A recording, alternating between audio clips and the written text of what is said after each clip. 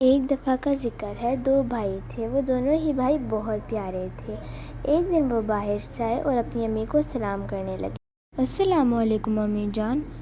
وعلیکم السلام بیٹا، میں کھانا لگاتی ہوں، آپ لوگ منہ ہاتھ دھو کے ادھر آ جائیں۔ جی امی جان، ہم دونوں منہ ہاتھ دھو کے کھانا کھانے آتے ہیں۔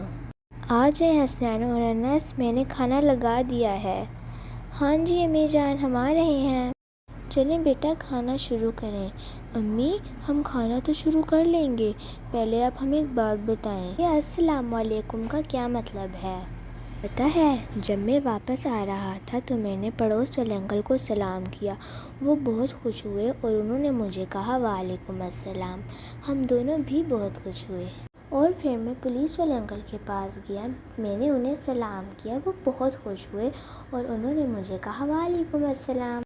اور پھر جب ہم دونوں گھر میں آئے، ہم دونوں نے آپ کو سلام کیا تو آپ بھی بہت خوش ہوئیں اور آپ نے ہمیں سلام کا جواب دیا۔ اب آپ مجھے بتائیں کہ سلام کا کیا مطلب ہوتا ہے؟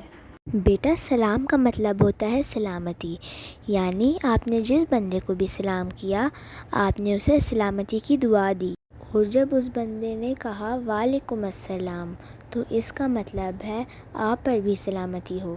میرے بچوں، اگر آپ کسی کو السلام علیکم کہیں گے تو آپ کو 10 نیکیاں ملیں گی، اور اگر آپ کسی کو السلام علیکم ورحمۃ اللہ کہیں گے تو آپ کو اس کی 20 نیکیاں ملیں گی، اور اگر آپ کسی کو السلام علیکم ورحمۃ اللہ وبرکاتہ کہیں گے تو آپ کو اس کی 30 نیکیاں ملیں گی۔ پیارے بچوں، ہمیں ہر کسی کو سلام کرنا چاہیے اور سلام کی پہل کرنی چاہیے۔